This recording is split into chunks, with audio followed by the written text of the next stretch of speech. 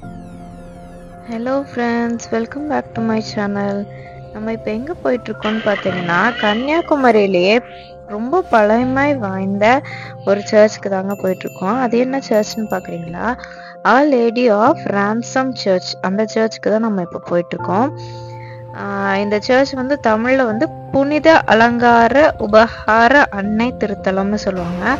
Actually இந்த search வந்து லொக்கேட்டாக இருக்க சரௌண்டிங் பார்த்தீங்கன்னா ஃபுல்லாகவே மீனவர்கள், அவங்களோட செட்டில்மெண்ட்ஸ் தாங்க. எம்ஜிஆர் காலத்தில் வந்து அவர் பட்டா போட்டு கொடுத்த 2 சென்ட் இடத்துல வந்து அந்த மீனவர்கள் அவங்களோட ஹவுசிங், அந்த ரெசிடென்ஸ் வந்து அவங்க அப்படியே ஸ்ப்ரெட் பண்ணியிருப்பாங்க.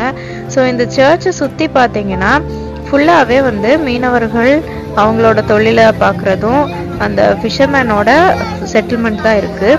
ஸோ அதுக்கு அவங்களோட புனித ஒரு இடமா தான் இந்த சர்ச் வந்து பார்க்கப்படுது. இந்த சர்ச் வந்து அந்த ஃபிஷர்மேனோட ஒரு சோஷியல் கம்யூனிகேஷனுக்கும் ஒரு கேதரிங், ஒரு யூனிட்டியாக வந்து அவங்க இது பண்ணுறதுக்கும் ஒரு நல்ல ஒரு பிளேஸாக இது வந்து இருக்குது. இதோட ஹிஸ்ட்ரி பார்த்தீங்கன்னா சென்ட் தாமஸ் வந்து இந்தியாவுக்கு வந்து கன்னியாகுமரியில் வந்து ஊழியம் பண்ணும் போது ஃபர்ஸ்ட் செஞ்சுரியில் இதை வந்து ஒரு குடிசை மாதிரி ரூஃப் வச்சு சின்னதாக வந்து இந்த இடத்த வந்து மார்க் பண்ணாங்க. ஸோ அதுவே வந்து அந்த ஃபிஷர்மேனுக்கு ஒரு லேண்ட்மார்க் மாதிரி இருந்தது. ஸோ லேட்டரான் வந்து போர்ச்சுகீஸ் வந்து அதை வந்து கொஞ்சம் ரெனவல் பண்ணி தூய மகிழ்ச்சி மாதா ஆலயம் அப்படின்னு சொல்லி அவங்க பண்ணிட்டு அதில் வழிபட்டுட்டு வந்தாங்க. அவங்க வந்துட்டு ஆக்சுவலி எப்படி இருந்ததுன்னு பார்த்தீங்கன்னா ஒரு 10 அடி உயரம் 10 அடி அங்குலம்ல வந்து மாதாவோட ஒரு டிராயிங், ஒரு ஆர்ட் வந்து வச்சு அதை வந்து அவங்க வழிபட்டுட்டு வந்தாங்க. ஸோ இது வந்து மிகவும் பழமை வாய்ந்த ஒரு லேண்ட்மார்க்காக தான் இது வந்து பார்க்கப்படுது. லேட்டரான் வந்து 17th செஞ்சுரியில் இதை வந்து ரோமன் ஆர்கிடெக்சரல் ஸ்டைலில் கொஞ்சம் வந்து அவங்க இன்னும் கொஞ்சம் ரெனவல் பண்ணி கொஞ்சம் பெருசாக கட்டினாங்க. அதுக்குள்ளே வைக்கிறதுக்கு மாதாவோட சிலை வந்துட்டு இட்டாலியிலிருந்து பாய்மர படகுல வந்து கொண்டு வரப்பட்டதா சொல்லப்படுது.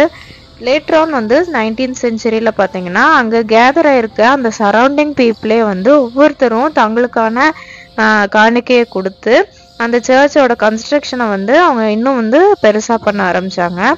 திரு ஜெப மாலையில் இருக்க 150 மணிகள் குறிக்கிற மாதிரி இந்த சர்ச்சோட ஹைட்டு, லென்த், வித் எல்லாமே வந்து 153 feet இருக்குங்க.